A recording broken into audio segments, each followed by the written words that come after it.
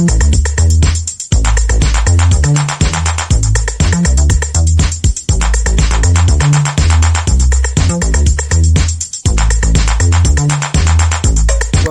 alumni of AFLF Randolph Campus High School and soundbusiness.org.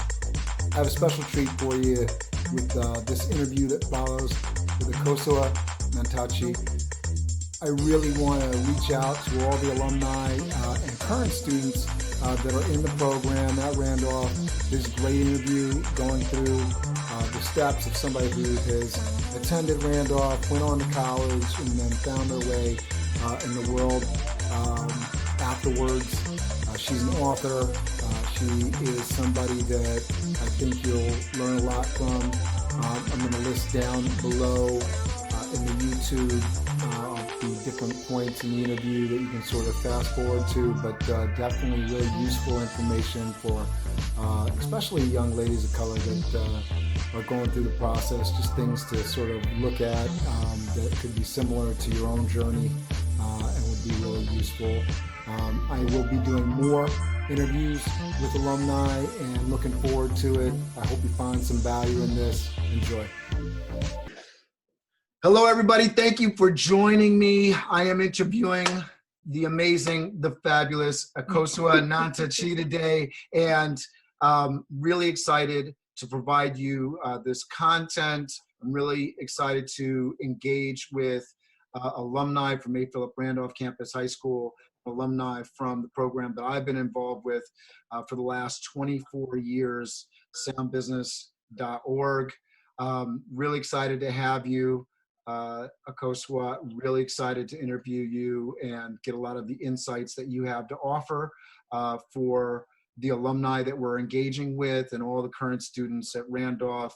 I know that having someone that has walked through the halls and been through the college process and is now out in the world is just invaluable. It's advice and mentorship that you can't buy, you can't purchase. So great to have you. Thank you so much for interviewing with me today. Thank you for having me, Cameron. I appreciate it. Beautiful, beautiful. So let's jump right in. Let's get a little bit about your background. I don't want to talk too much. I want to let your word shine through here. So Okay. tell us just some broad strokes about how you got to Randolph, how you left Randolph, and kind of where you are now. If we can start with like just the journey to get to Randolph. How did you get to Randolph?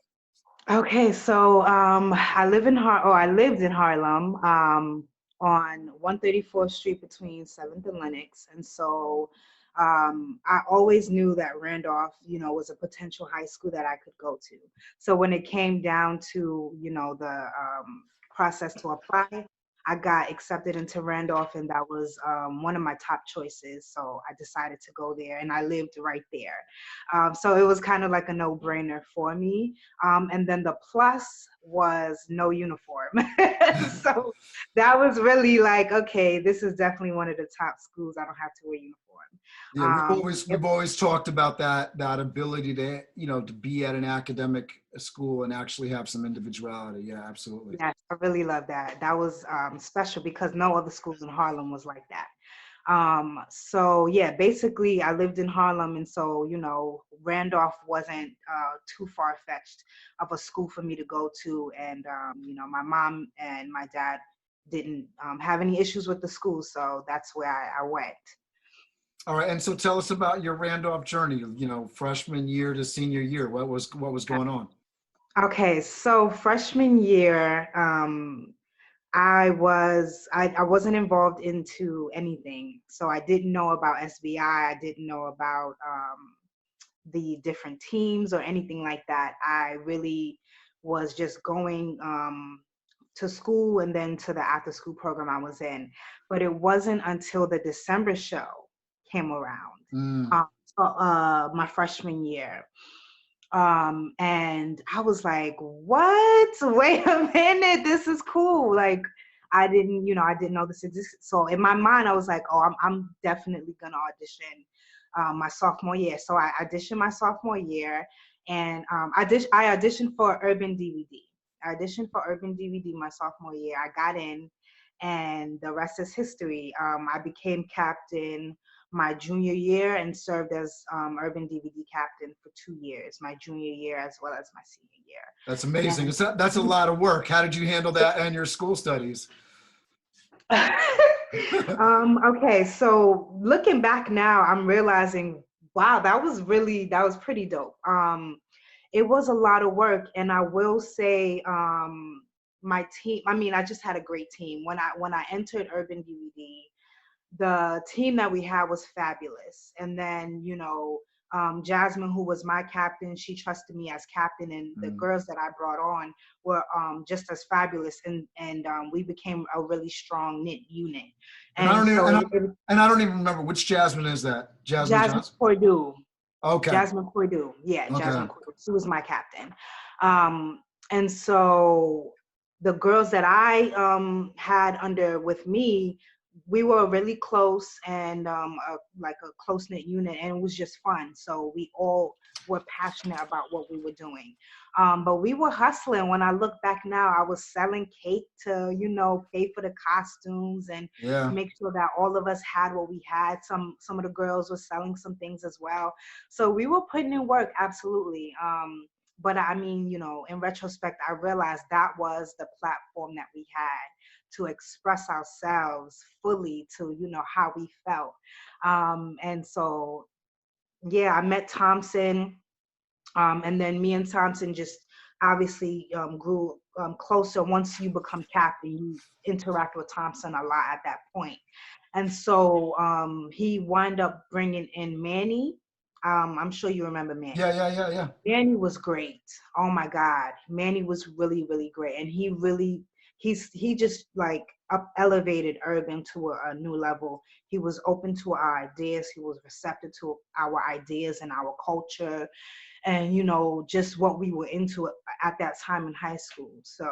And for the folks that are listening to this that have no idea what's going on, so College and Career Preparatory Institute, which is the program that soundbusiness.org runs, provides these dance video drama groups. Akosa was not only a member of that group, but eventually a captain. And then she was working with adult instructors that we bring in to provide some guidance. But basically, these are student-run groups. So you get a little bit of the peer leadership kind of thing, responsibility.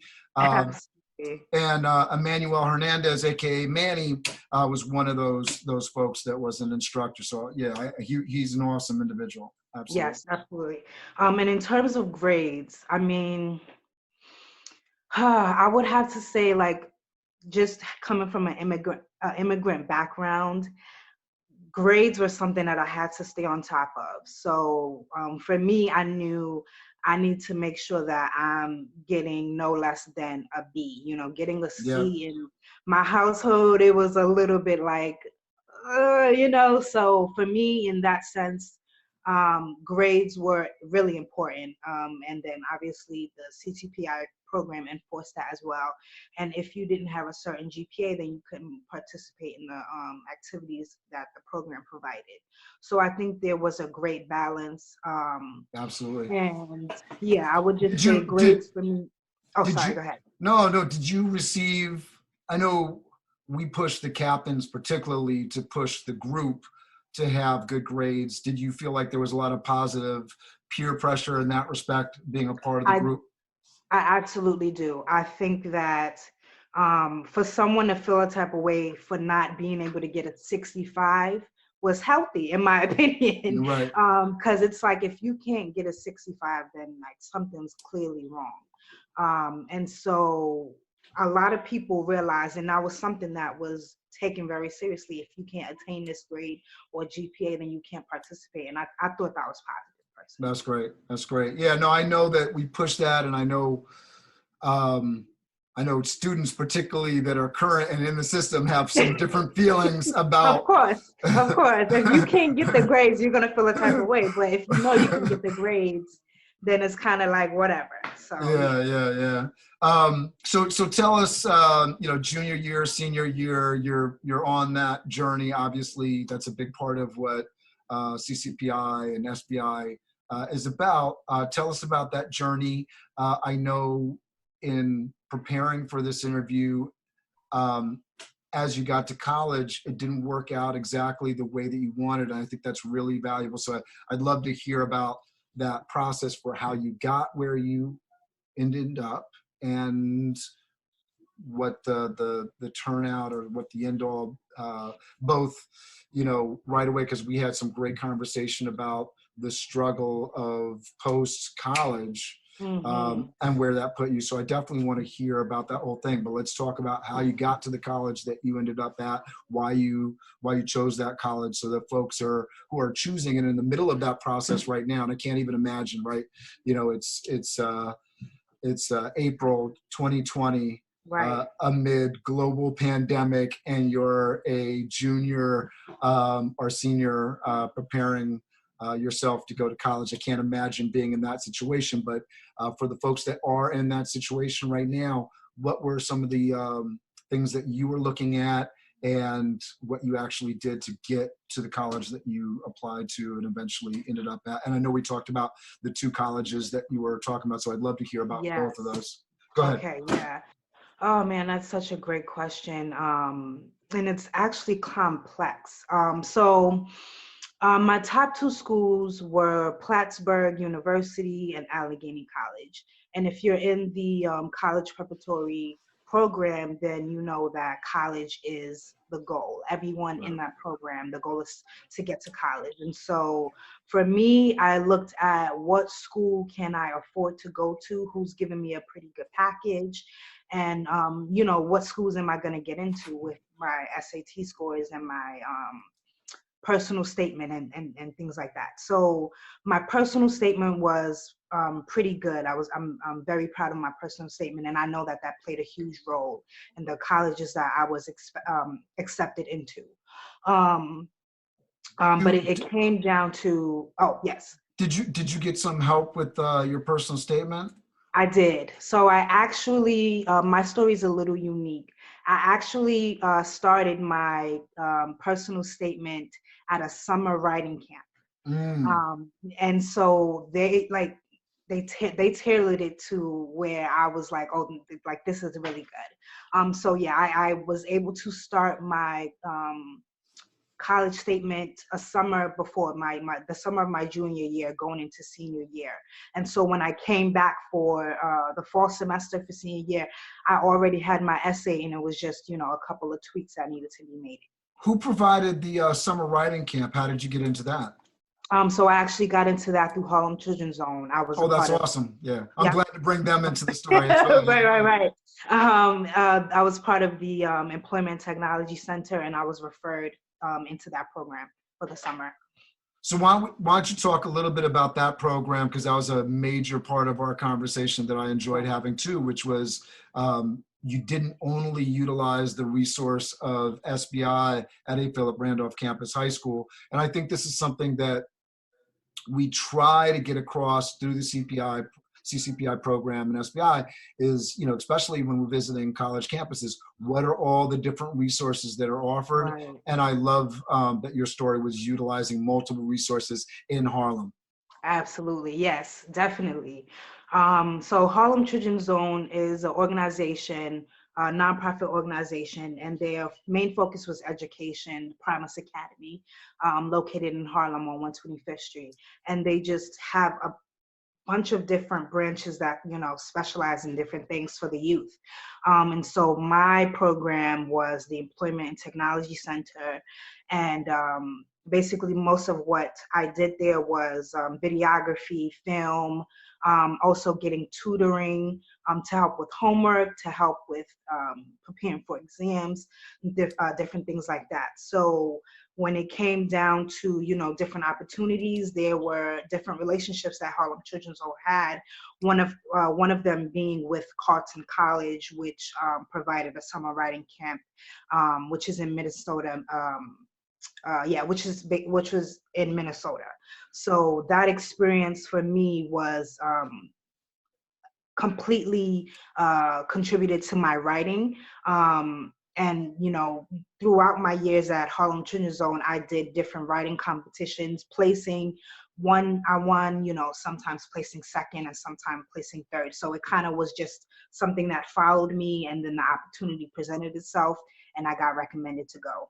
That's amazing, especially considering you're a writer now, so that Yes. followed that all the way down. That's amazing. Yeah. All right, so tell us more about. I know you had these choices between Plattsburgh and Allegheny, so talk more about that.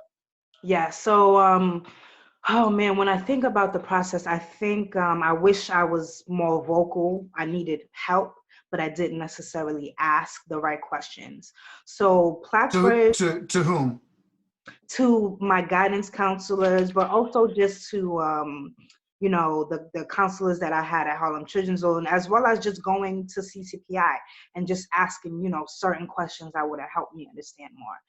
But really it came down to finances, the financial situation. So Plattsburgh, I qualified for HEOP, and I went through the application process, but there was something that you know, halted the process for me to completely get financial aid. And there was something happened where I feel like I procrastinated, if you will, and I missed the deadline. So at that point, and I had already visited Plattsburgh, and I really did like the school when I went to visit, but it didn't work out for me. So then when Allegheny presented their package, I was impressed. I actually went to visit with Alyssa, who was on Sisters. Yeah, Alyssa George. Yeah. Yep. And Jamina, who was also on Sisters. So all three of us. Jamina Norman. Jamina Norman. All three of us Absolutely, went to Allegheny College, and I liked it more than they did. Let me just put it like that. We went, I'll say this, we went at a time where the weather was beautiful. It fit the narrative of, you know, what the school was, you know, portraying. Right. So the timing was perfect. It wasn't snowing. It wasn't that many, you know, students on campus. So it was a brief glimpse on what Allegheny, a part of what Allegheny is like. And that sold me. Sold me. The tour that took you through the cafeteria was nice.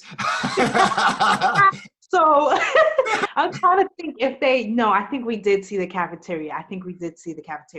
And it was empty. So you don't really see, like, it was a quick, brief moment because nobody was there. So it's not like the hustle and bustle of what the campus is usually like. I know we talked about you not being able to go on the college workshop tours because there was a financial component. And I know that's something that we've always struggled with, but one of the things that the benefit of going on those college tours is we talk directly to that, because when you go on that college tour, nobody is telling you, you know, this is the negative, these kids have been handpicked, they're getting aid from the school, that's part of their thing. They pick the kids that are emotionally excited and positive about the school. So right. Exactly. So you get the sales package, you get the brochure. Absolutely. Meanwhile, when we go to school, not that we won't participate in some of the tour, but we challenge students to go off individually, talk to students that are at the campus, look at the resources that they actually provide. What is it like in winter? What is it like at this time of the year? Right. What's the stresses? What's the things? And then we have all the students come back together and everybody shares, you know, what they thought, what did they think of the dynamics, the racial dynamics, what's the relationship between students and the teachers. What are, and again, what are the resources that the schools offers? You know, when we go on that Gettysburg trip, you know, one of the big resources that always comes back is that they have that diversity office and they're an active office, which is crazy pertinent because I think we're about to get into the story of Allegheny. Now you're at Allegheny. You got accepted, you said yes. So now you're at Allegheny. Tell us what that experience was like. Okay, so I'm at Allegheny. Freshman year was amazing. It was a typical experience of what you expect college to be: partying every weekend, you know, maintaining your school grades, joining different organizations. It was great. They took it easy on you. They took it easy on me. My package was excellent. Then we get to sophomore year, and there's not that much money in my grants and my package. It's totally different. Why did that So, change? I'm not really sure. I mean, from what I understand, it was just funding. The funding and different scholarships and grants that I got, it was not there anymore.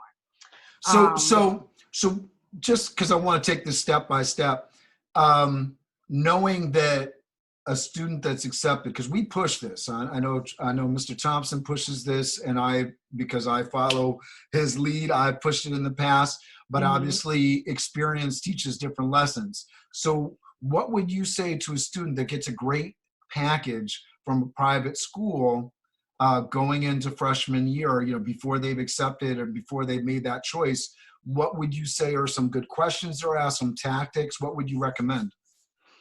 Oh my God, that's a good question. And I feel like my answer is not even as efficient as it can be, but scholarships were really useful my freshman year. And then I didn't really apply to many after that. But what I really started to get frustrated with was what I was applying to. I just was never getting the scholarships. And so it just felt like I was never going to get it. And I was discouraged after that. So I would say you have to put in the work to get the money that you're looking for. And then there's also debt-free scholars. This is someone who I came across after Allegheny. Okay. And she does amazing work. But basically she works with parents and students to, learn the system and find ways to get different scholarships and different grants so that you're not taking out loans. Oh, that's awesome. Out of pocket. Yeah. I'll make sure I'll drop a link into the YouTube and wherever we're posting this. So that's great. Yeah. Debt-free scholars. Debt-free scholars, yes. And the work that she does is really amazing. But those kind of resources are invaluable for sure. And I didn't utilize things like that when I was at Allegheny. Going back to being more vocal, because I think that's key. I'm definitely trying to teach my 13-year-old daughter that she has to be a self-advocate, that she has to not stay quiet if she has a question, whether it's something in a class where she is basically on, she's a student and she's required to learn something. That doesn't mean that if she's not learning it, she just has to sit there and struggle. She can raise her hand and she can advocate for herself. I'm not getting something out of this. How can I get something? On that same note, for those students that are getting those packages, I think it's really wise to talk about, well, what happens if my package isn't the same sophomore year, junior year? What's the guarantee that I'll have this same package going forward? At least to ask the question. They may not have it. I never asked that, and I never even thought to do that. Yeah, they might not have a great answer to it, which that's a great way to decide between school A and school B if school B has a better answer to that question. Absolutely. Yeah. And I mean, and that's where we all ideally want to be, whether it's applying for a job or applying for college. Okay, I went to 2 interviews and, job 1 has said yes and job 2 has said yes. Okay, now what kind of guarantees are you offering? Negotiating skills. Yes. What kind of package? I was not a negotiator at all, even with school grades. Like, there are people who you will talk to, they will argue their professor down. Like, those are skills that are very useful. And, I wasn't the type to say, I don't agree with this grade. Even if I truly felt that way, I would just let it be instead of being that student that's like, I need you to explain why I got this grade when I felt like I deserved, this X, Y, and Z. So yeah, that all plays a role. Yeah, I've had students come to me both in Randolph and my own students, my kids. I've had instances where they said, well, this grade was unfair, and it was kind of, well, are you sure it was unfair? And then there's other times when they've come and they said, listen, I don't understand why I got this grade. And I said, well, did you study? Yes, I studied. Did you do this? Did you? Yeah, I did. I don't understand why I got the grade. I said, did you ask? No. Right. Right. So I think that's where it all starts. And then when you're asking that question, if you're not getting a good answer, then that's where, either I'm negotiating for that better grade, like you're Yep. saying, Yep. or, hey, I don't want to, kill anybody, but if you can't explain it to me, I'm gonna raise this to the next, level, because Absolutely. I'm doing the work and I'm doing what you're asking that I'm doing, and I'm not receiving the grade that seems like I deserve. So Yep. I think that's extremely important, whether you're at the job or in school. Absolutely. Extremely, Because extremely people are important. doing it. Absolutely. Absolutely. All right, so keep on with Allegheny. So freshman year was great. You're living the dream. Sophomore year, the package changes and things start changing up. Talk us through that. It's changing. So um I'll kind of weave in someone who played a role in me becoming an RA, which was useful in, part of me staying there. With But with the financial side being an with the RA. financial side, yes. So my sophomore year, I realized they were recruiting because, I already knew. I was like, okay, I'm not going to be able to afford to live on campus if I don't become an RA. So And what were the responsibilities, if you got this responsibility? What are the responsibilities of the resident advisor?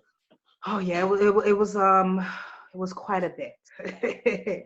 But basically, I became a RA my sophomore year, um, second semester, and so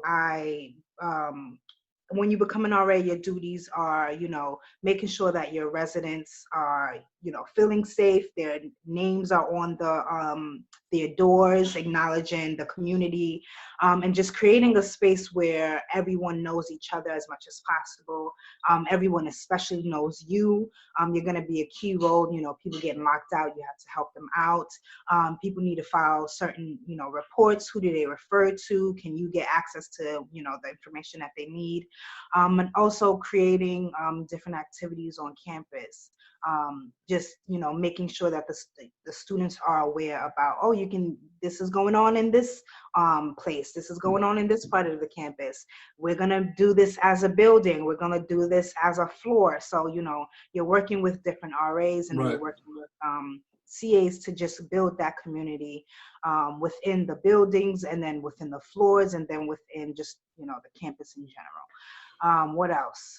Well, how much, so, I think a lot of people would argue being a college student is a full-time job. So how much time did this add on to your week in terms of responsibility of doing RA duties? Yeah, it was rough. I actually fell into a depression my sophomore year while I was in RA because I was working around the clock. So literally when I was on duty, I would be on duty, and when, I have to do maybe 3 rounds for the night. So my first round, I do it, I come back, I study. Second round, I go again, I do my rounds, come back and study. And so 1, 2 o'clock, that's when I'm falling asleep, and then I have to get up for my 9 a.m. And this is a full semester. This is 4 months at a time doing this, and that definitely negatively affected me.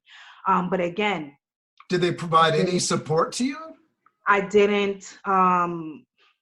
It's really, I don't even know how to really, say it now, but I didn't know who I could talk to about what was going on. But I'm assuming nobody was reaching out to you and saying, "Hey, how's it going?" Because you're supposed to be there as a resident advisor, as I understand it. You're supposed to be doing that for the students that you're taking care of. Right. Who was Yeah, doing? I mean, I would say who was doing that for you? I mean, I would say that the CAs are kind of there to do that, but like the retention with the CAs, I mean, I went through a couple CAs while I was in RA. And I don't even remember what CA stands for. What does CA stand for? Oh, at Allegheny, CA was community advisor and RA was resident advisor. Okay. So the community advisor was, let's say I dealt with one specific building on campus, And the community advisor was an employee of the college, or was that an older student? It was an employee of Employee. the college. Okay. Sometimes they did get students, but you had to have, your, resume as an RA had to be pretty outstanding for you to become a CA. Okay. But yes, but yeah, there was students who were CAs, and then there were also employees, and those were the ones who were obviously above, like the RAs and the students. But yeah, I don't know. When I look back now, there was actually another student who, once we got into junior year, went through the same thing that I went through, but like we didn't have, it's hard to explain, but we didn't have, a place to go and express this, especially because then do you lose your job as an RA? Maybe you can't handle this and you really need to stay, like this is how you're in a room on campus. And Well, so it's in that manner. it seems to me that this would not be something that would be completely uncommon, and support needs to be provided there. So, I mean, for somebody that, is potentially looking because they're going to be in the same situation where they need to have some financial, because basically the RA was, what do you call it? Work. Free room and board. But it's, what's the word for it? Work, you're working for your payment for education, right? So Yes. yeah, so whether you're working in the cafeteria on campus or whatever, that this is a opportunity available to Which many I also students. did. I still had to pick up work in addition to being an RA. So while you were an RA, you also had other jobs? Yes, I did. So I will say that my balance, I did not have the right balance. Even my techniques, I had a sheet that I would lay out all of my exams, all of my essays that were due, and like that even wasn't enough. So I didn't have the tools that I feel like I needed to really excel in the way that I did. But So talk us through. So now, sophomore year, it's hard. Junior year, it's still hard. yeah, so junior year comes around, and oh man, I mean, sophomore year was a lot. That was the first time, I think was it sophomore year? That was the first time that I failed a class as well, which I never failed a class in my life. But the professor, I should have dropped that class. And again, like dropping classes may be what you need to do. Right. And I was just, oh man, I bad choices. Like these, you have to make certain choices that are going to benefit you. And if you make choices too late, then you'll get screwed. And so that's, something that happened to me. Do you like the way this professor teaches? Like, it's cool that you got into the class, but now that you're in the classes, is it actually what you thought it would be? Is it actually something that you're enjoying? Are you actually, compatible with this professor who's teaching you? So yeah, going into junior year, I had a better hold, right? Because I finished sophomore year, and I mean, you go through that, and once you kind of get out of depression, you come back and you're just like, you have a certain resilience about you. And so at that point, I was like, I still haven't transferred. This is, obviously where I'm about to stay to complete my degree. So I gotta keep it going. And so junior year, I learned, okay, professors matter. Choose the professor that you're gonna do well with. So my GPA was able to go back up my junior year. I was actually in classes that I enjoyed being in. Okay. But I was still very involved on my campus.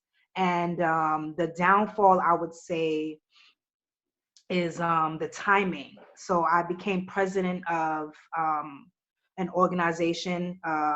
It was called ASA. Oh, it stands for African Students Association. Mm-hmm. But during that time, I was a part of ABC.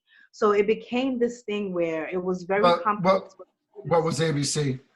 ABC was the advancement of Black culture. Okay.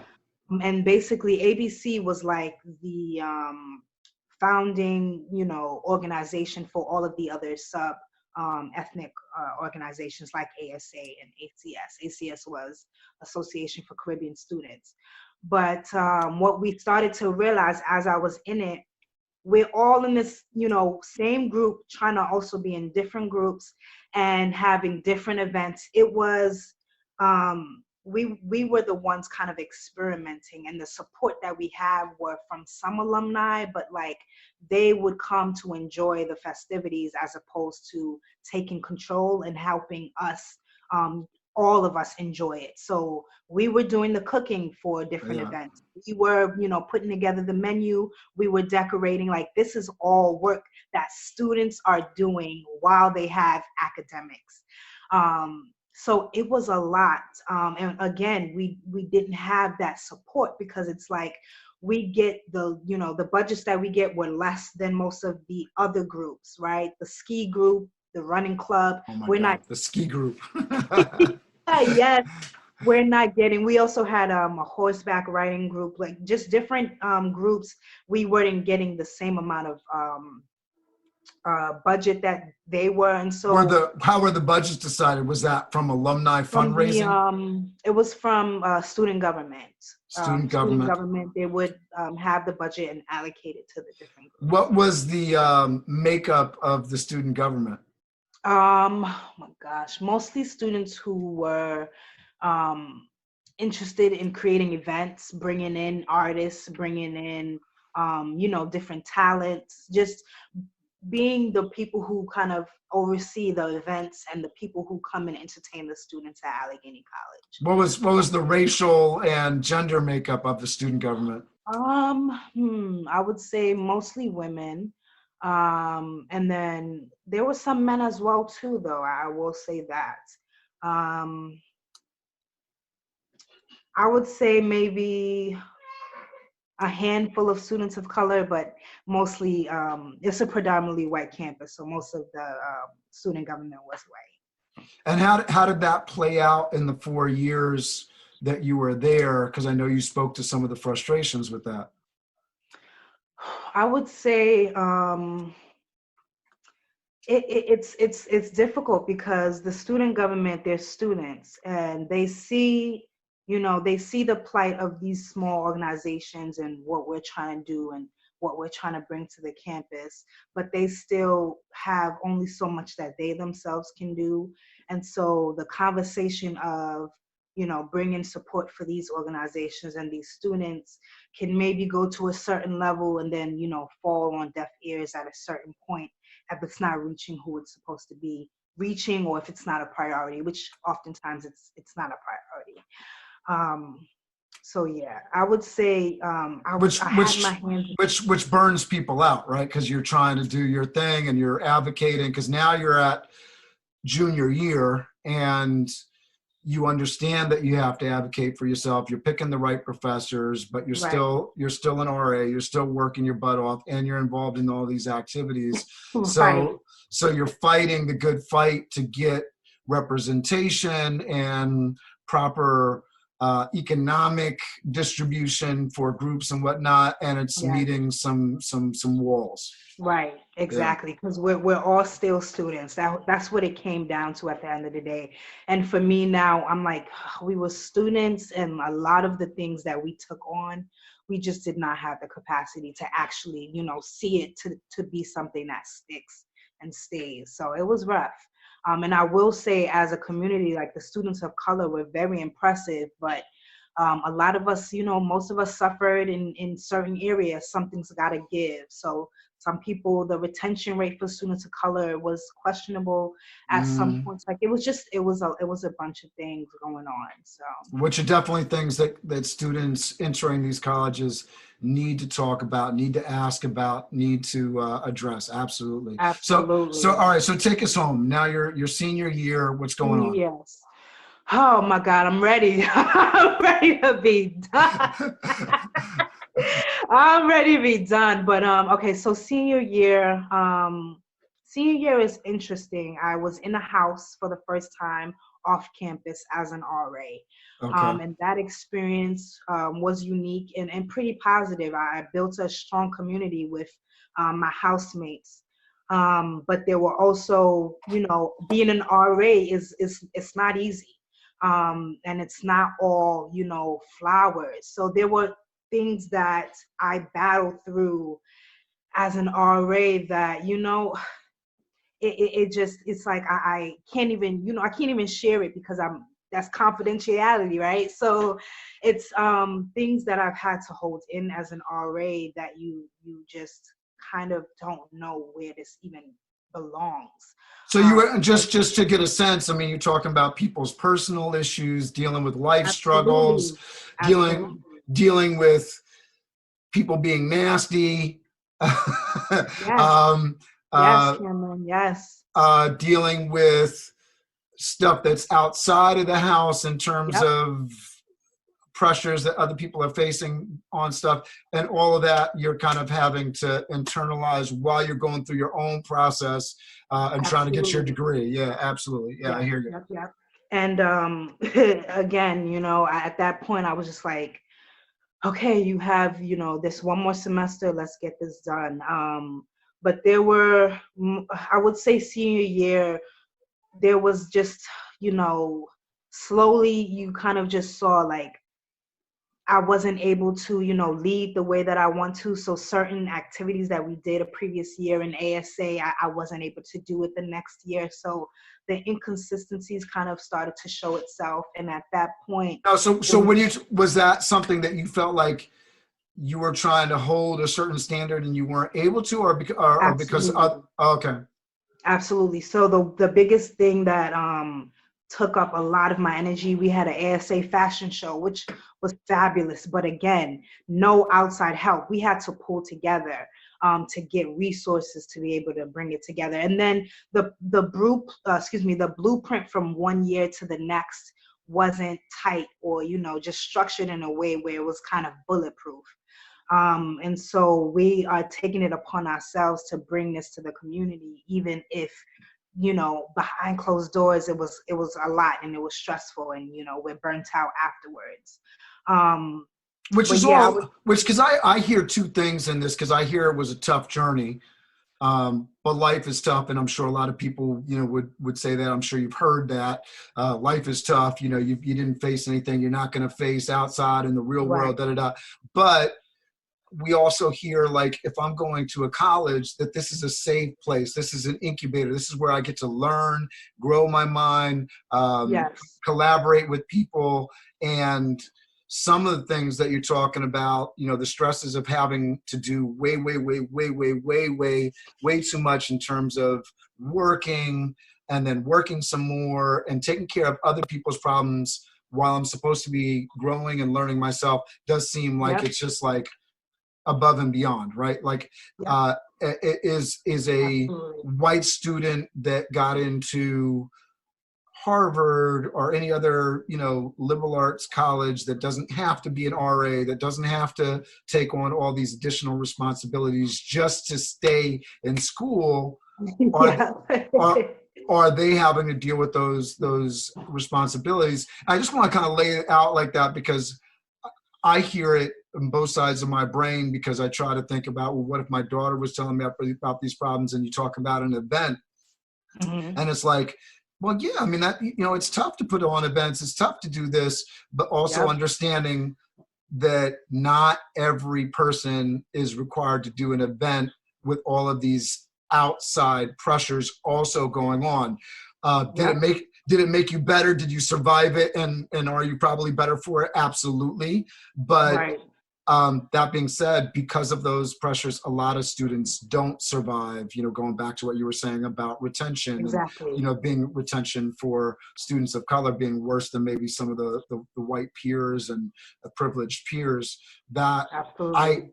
I hear it, and I really want students that are currently applying to college to really hear that as well, because that's the difference, right?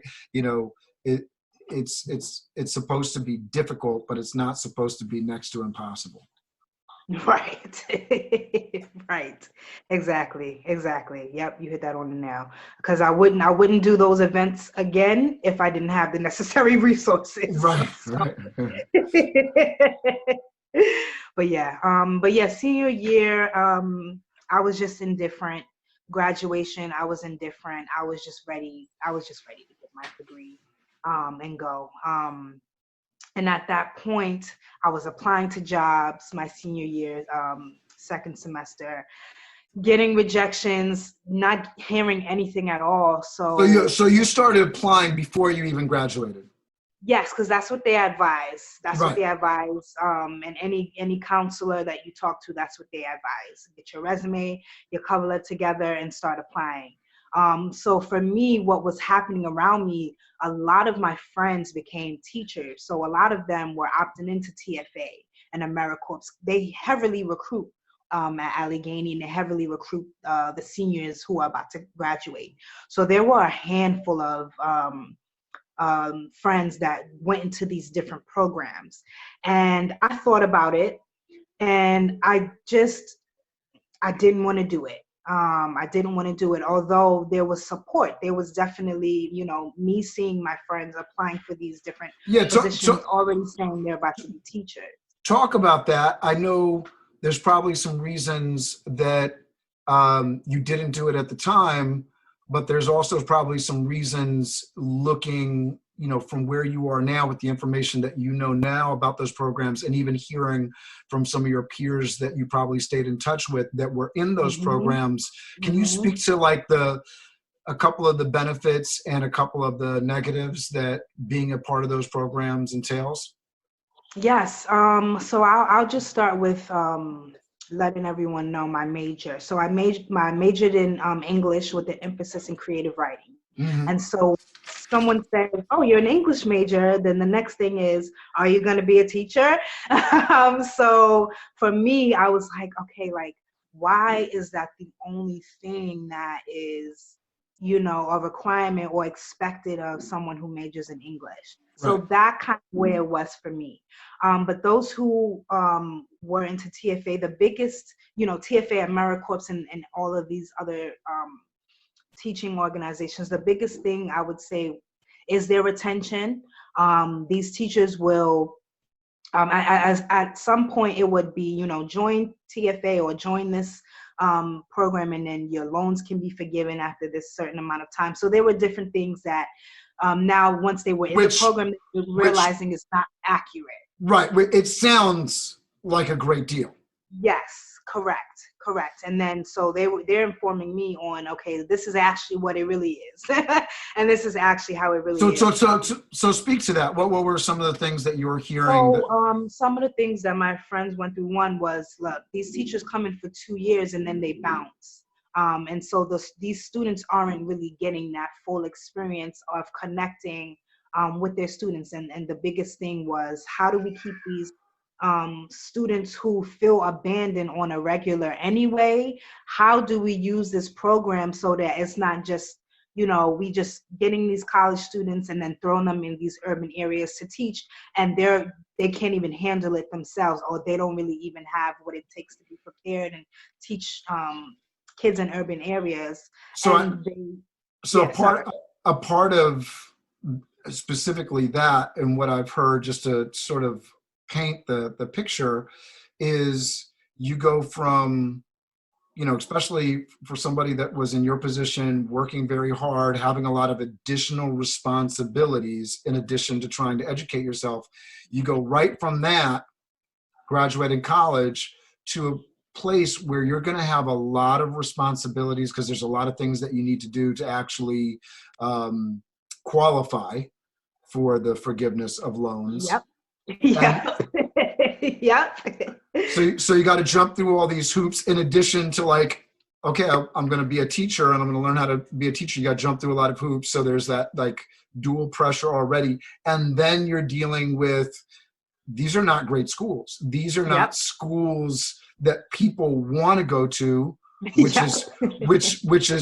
is why somebody is paying, forgiving loans. So these schools are, the more outside stress and pressure that you're automatically getting into, which is not an ideal situation. So there's a lot, if you're accepting to go into one of these programs, that you're taking on to yourself. So yeah, I understand that piece of it.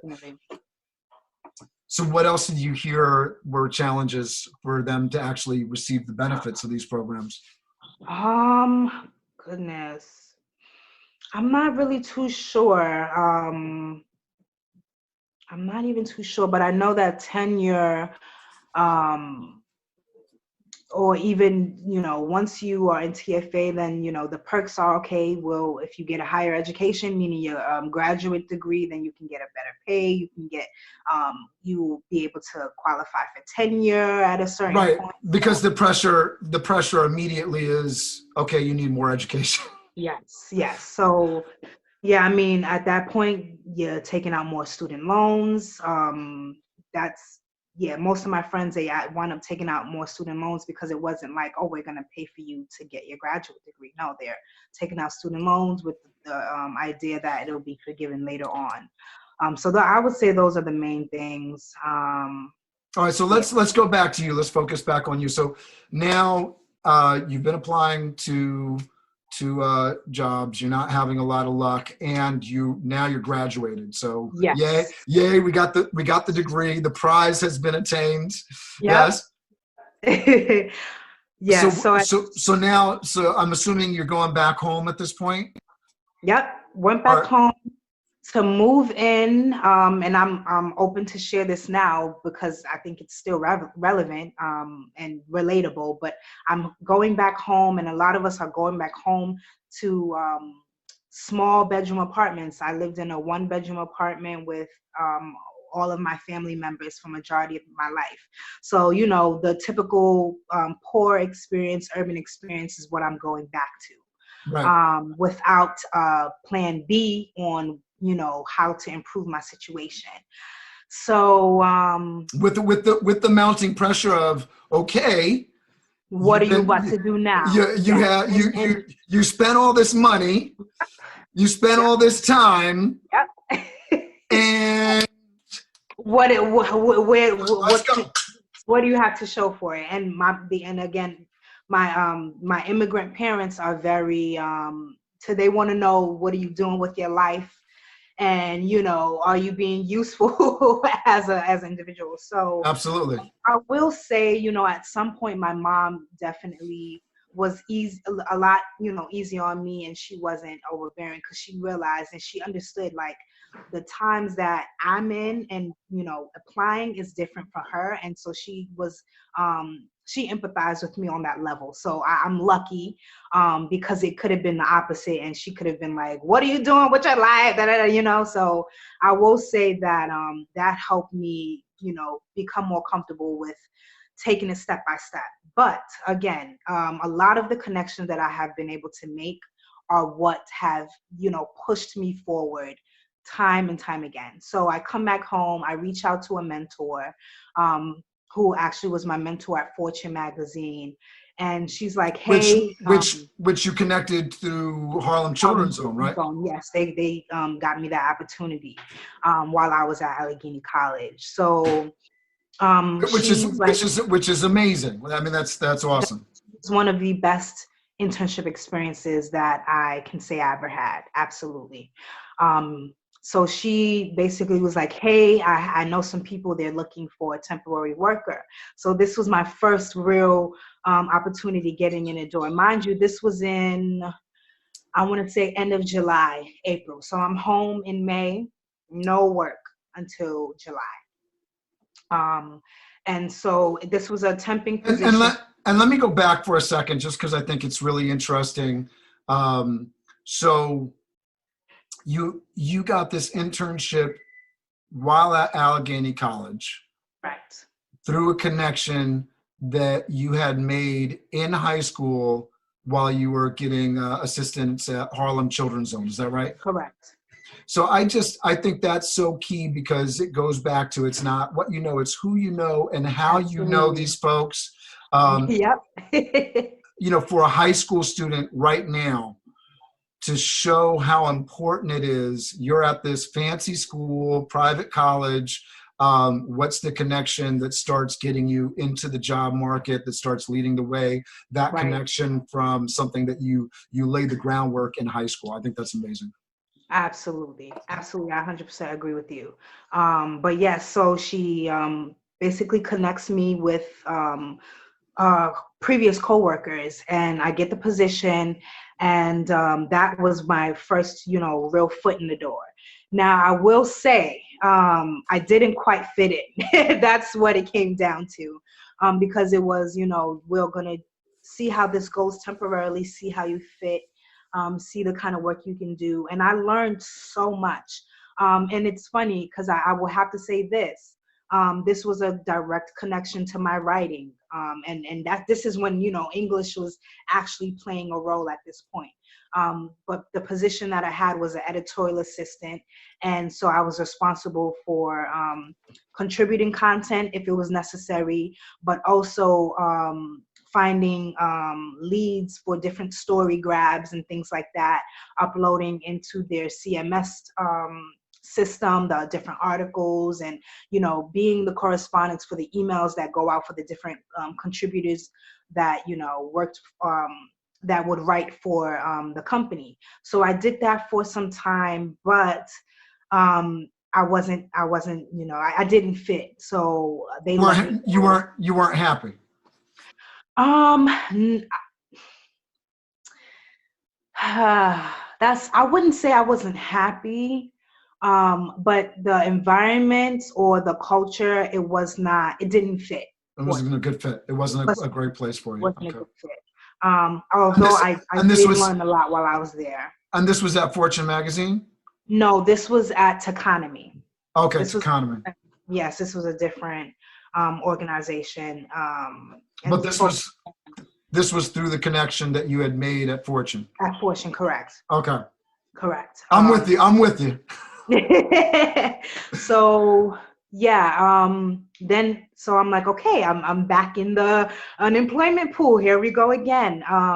So you graduated Randolph in 2011. 2011. You graduate Allegheny in 2015. 2015. So yeah. 2000, where are we at right now timeline-wise? We're still in 2015 at this point. Okay.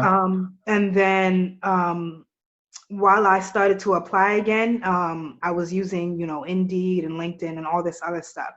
But then I started getting recruiting from temp agencies. And this was my first exposure to temp agencies, because I'm like, oh, so this is a real thing. Like, I just thought this was something in movies that were made up.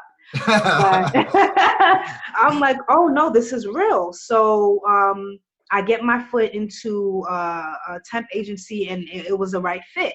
And the person who I had, she got me a receptionist position at a pharmaceuticals company. So I was there for some time, and then boom, the company got bought, and they changed. They came to change everything that was going on. Okay. And so once they bought this company, a lot of positions were no longer necessary. Right. One of them being the position that I had. So boom, I'm back unemployed again into the pool. And we share a little bit of that story in common, because I left, because as you know, I have a staffing company in the hospitality industry. I started that in 2011, but before that, I had left the food service industry altogether, had gotten a little bit burnt out with it, and I went to go work for a temp agency that sent me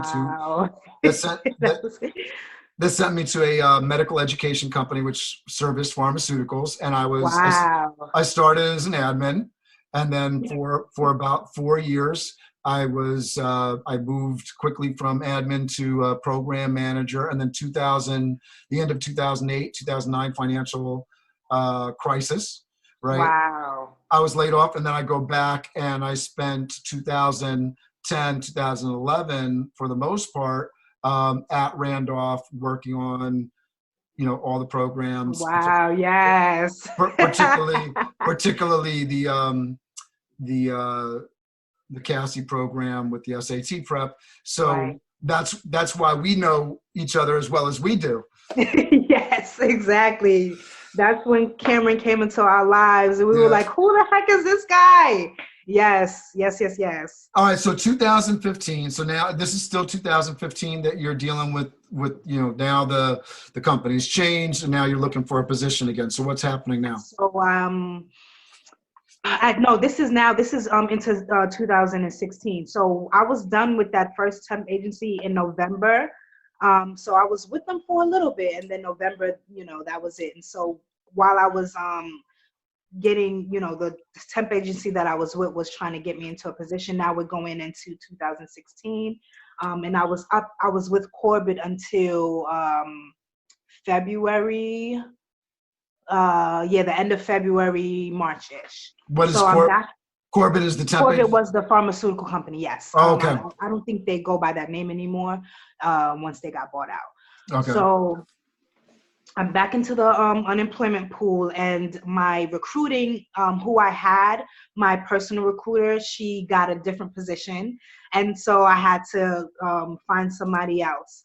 And I found somebody else, but then shortly after something happened with her, or at least the communication just got lost in the sauce. So Are you still living at home at this point? I'm still living at home at this point. Wow. Okay. Home at this point. So I find a new temp agency at this point, and I get a placement in. And I imagine, before even you're getting, placed in Brooklyn, there's some frustration around, you went to school for 4 years. Oh, absolutely. Absolutely. Yeah. Because I was still applying to jobs. Like the whole thing is you still have to keep applying to jobs. And you still have to get used to no. Like it got to a point where I created a spreadsheet, all of the jobs that I have applied to.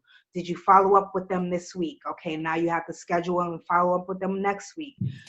So it was like you are now organizing yourself in this job market. It becomes becomes project management. Exactly, as if it's a full-time the project job. You're managing is your job search. Yes. And so I'm literally learning and realizing like, okay, this takes just as much work as it does to prepare for the damn interview.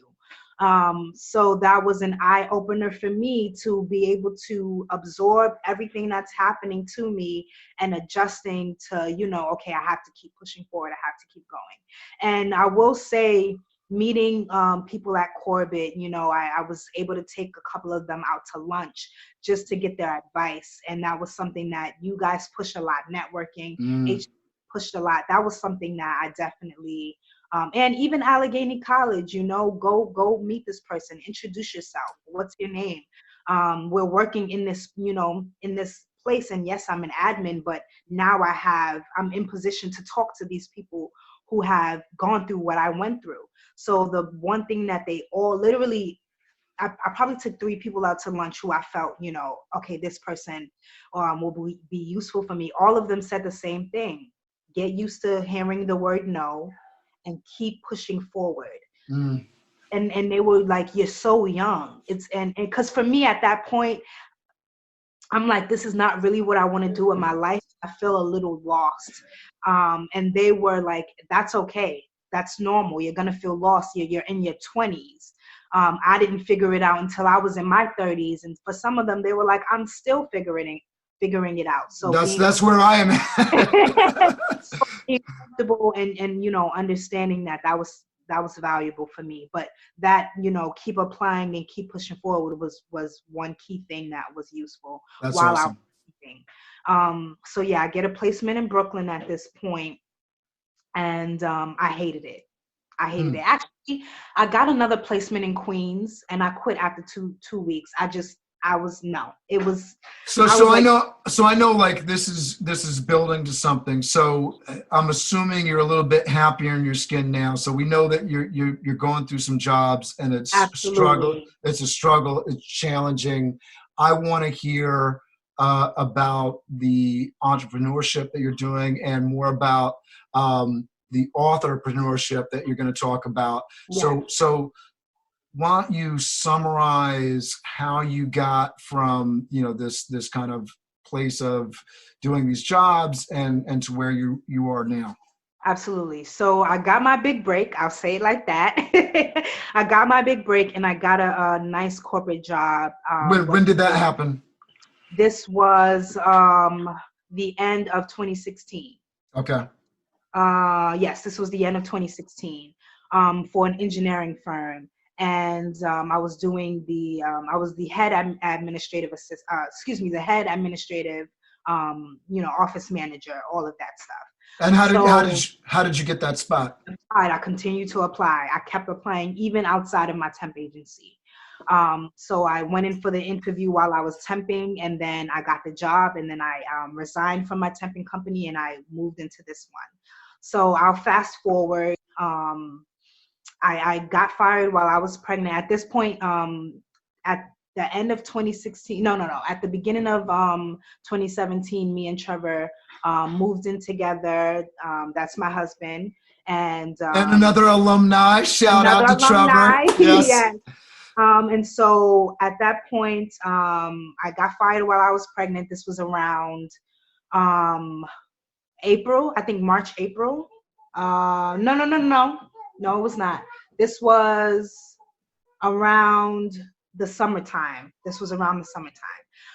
So I get fired, and Trevor comes home and we talk about it, and we're just like, okay, we were both indifferent, especially me, because he was just like, I'm not upset. We just got to figure out what to do. And for me, I was just like, we got to figure this out. So at that point, Trevor had started Castleberry Consulting, and he was really into business, consulting different businesses, helping them start up, and then also helping people invest as well. So at this point, we sat down, and as if I was a client, he's like, "What do you do? What are your skill sets?" And it was and let me say, hashtag couple goals, right? Because being able to professionally work with each other. It's a true blessing. Absolutely. Yeah. Absolutely. I can't even disagree with you, because that is literally how I've been able to start my own business and now fend for myself. All right. So I interrupted. So you guys sat down, you talked about your talents and your skills, which were writing and editing. That's what it came right back down to. When I look at everything, that is literally the one strong weave that has been in my story: writing and editing. Gotcha. So then it was like, okay, how do we monetize on your writing and editing? And so he would he started laying out some things. And the first thing was, okay, you need to write a book. And in my mind, and it's so funny because I had already written a book at Allegheny College, not a book, a manuscript, before it was a book, a manuscript. And that was a part of my senior thesis project. So I basically, blew the dust off of it, brought it back to life, and I started working on it while I was unemployed. And at that point, I had applied for unemployment. So, that was, and I also got a severance package, a pretty small severance package, but, these were the steps that I had to take to maintain a lifestyle, try to keep up with my bills the best way I can. Thankfully, we were able to rely on Trevor's income, mostly. So at this point now, it's just building myself back up, because I'm not even gonna lie, like for a year and a half, my self-esteem was at a very low point. And it's due to being pregnant while being fired. It was a traumatizing experience. And so I did go, I did struggle with finding my just being confident in myself. That took a year and a half. What are some of the things that you might recommend to somebody going through similar kind of stuff? I would say journal how you're feeling, document those emotions, try to validate yourself as much as you can, and talk to somebody. Those were really, really big things, because me writing and documenting literally helped heal me to get to a point where I'm confident in myself again. And so at this point, back to Occurring to Me, I'm ready to publish it, right? And I did the necessary research, because I'm like, okay, if I want people to take me serious as a businesswoman, I first need to take myself serious. So I had to do a lot of the personal work, right? I had to do the personal work within myself. And this was the first time I can say in my life that I really just sat down and like became in tune with myself as a person and love myself as a person.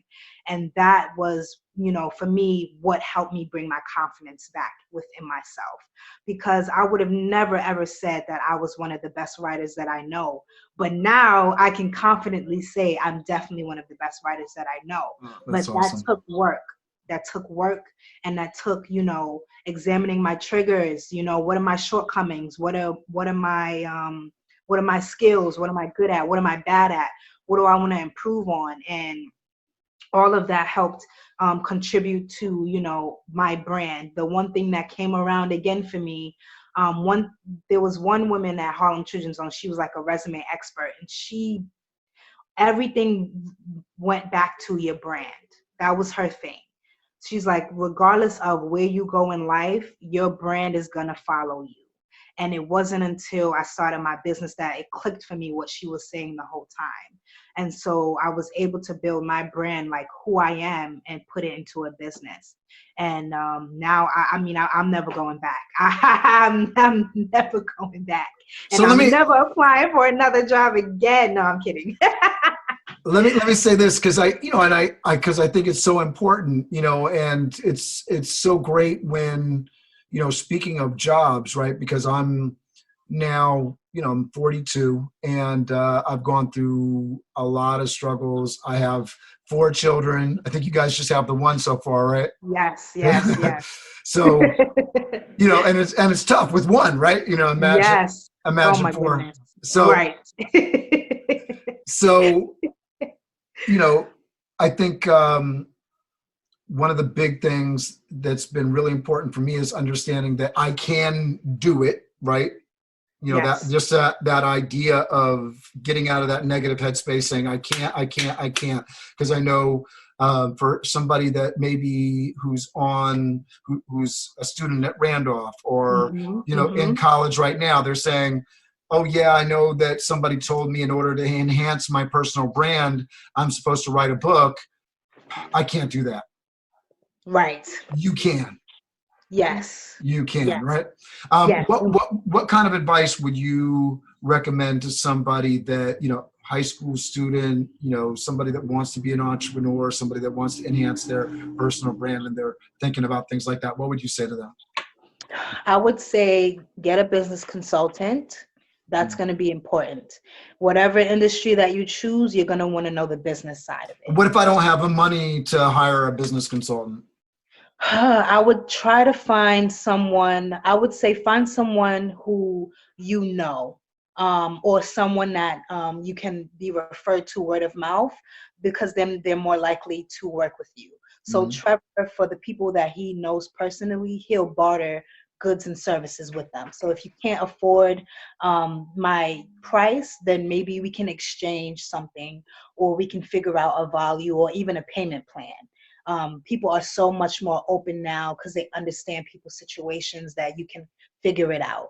But you definitely want someone who is a business expert and can help you on that side of whatever industry that you choose. Absolutely. Secondly, I would say learn yourself. It's important to know who you are as an entrepreneur and an authorpreneur. Conflicts, they're going to be, and I consider myself someone who doesn't really like conflict. And as I started a business, there's no place for that. Conflict or even confrontation is inevitable. So knowing who you are and having morals in place, having values in place, what are your moral stances on things? That's going to play a big role as an entrepreneur. I think that's interesting. Can you sort of talk about an example? Okay, yes. Oh my gosh. And I definitely reflected upon one. Let me see. Okay, here's one moral. And this will do the trick, I think. But basically, I had a client, and I told her that we'll have her resume and cover letter to her. She was supposed to have it Tuesday, and some things came up and we weren't able to have it. And I didn't want to just say sorry, So my moral is, if we are the ones that are messing up on our end, then I want to bring value to the customer who have trusted us. So, in response to us being late, I was like, here is a ebook copy of my book, Dear Nice Girl and Back to Good Me, and giving them an update on when they'll get their resume and cover letter. So customer service is something that I morally value. I want to make sure that all of my customers feel that they are taken care of, and that we're doing our parts to make sure that the services that they came to us for is being fulfilled. And I take that very seriously. Absolutely. Honoring your word and good communication. Yes. Absolutely. So talk a little bit more about this authorpreneurship. What is that? Yes. So authorpreneurship is basically authors who are independent. So I'm an independent author, meaning that I am not signed to like a publishing agency or anything like that. So the books that I produce, I have 100% creative control and 100% ownership. So everything that is involved with those books have been decided and executed by Amakosawa LLC. And basically, as an entrepreneur, you need to get your books in front of people, and all of that you have to do on your own. So I'm the one going out and networking. I'm the one, jumping into DMs and inboxes. I'm the one creating ads and figuring out my target audience. I'm the one coming up with book cover concepts and going through draft A to draft B. Everything that, a solo entrepreneur is doing right now, being the admin, being the manpower, being the person, I'm the person that goes out and to the post office to ship off books. I'm the person to, drop ship books. So you are the one that are doing all of these things as an author. You're not just, the face, if you will. You wrote the book. Now you have to put in the work to get people to buy it and to convince people that that book is, something that they need to read. All right. So now I'm convinced, to enhance my personal brand, I want to write this book. How do I go about, is that the little one? Maddie. Hey, Maddie. Hey. Say hi. She just popped in on me. All right, Maddie. See you later. Yes, I'll see you later. Sorry about that. No worries. That's great. One of the things that's really great, I know with my kids, I'm trying to be something that they can look up to. I'm assuming, being an author, being able to point to the business that you're building is something that's really positive, that you're going to try to bring to her and instill in her. If I'm, again, I'm that kid that's trying to put out a book or publish a book, what would you say I need to do in order to make that happen? I would say find an expert and consultant for someone who you can go to. But the main thing that you can do on your own, I would say create a KDP account. If you decide to self-publish, this is specifically if you decide to self-publish. The route that I chose is KDP, which is an Amazon company. It stands for Kindle Direct Publishing. And the purpose of that is to look at the, website of where you're going to be going to get all of the information and to put all of your information. Get comfortable with that website, get familiar with the website. Then, actually, I should have said just start writing first. That's first and foremost. Just start writing. It doesn't matter where you start at. It doesn't matter if it's a perfect idea. Just start writing and be consistent. Determine if you want to write for 5 minutes a day or, 2 hours a day or even 1 hour a week, and stick to it. Be consistent. The next thing I would say is, determine who your target audience is. Who is this book for? As you're writing it, as you're writing it, think about who this book is for. When you start to, develop a marketing plan and all of that, who do you expect to be the person to pick up that book? And last but not least, I will say pre-orders. It's important when you publish a book, run pre-orders for at least 30 days. And that way you're not coming completely out of pocket for the cost of the books, and you know how many books to have on hand because you know the fans that you already have that pre-ordered definitely want your book. That's awesome. Those three things. For folks that want to purchase your books, that want to read more about you, that want to see more about you, can you tell us how they should go about that? Absolutely. So you can keep up with me on social media, all social media platforms at IM_Akosua, AKOSUA. And then to find my books, you can go to my website, imakosua.com, IMAKOSUA.com. And so you can keep up with me, you can keep up with my life, and then you can also keep up with everything writing, editing, and self-publishing at imakosua.com. That's amazing. I know this has been going on for a long time. Thank you for giving me so much time. I No think this is problem. going to be really, really valuable for Yay. somebody that, is either, in that process of dealing with getting into college, and Yes. certainly for those that are graduating college and somebody that's, kind of trying to find their place in professional life. Thank you so much for providing your insight, Akosua. Thank you. Thank you for putting this together. You definitely helped me realize a lot of things when we have these conversations. So thank you. That's awesome. That's great. All right. Peace and love to the family. I'll talk to you soon. Thank you. All right. Say bye. Bye. Oh my goodness. She's she's she- getting into mess. Bye, Maddie. Oh my goodness, Maddie. Take care.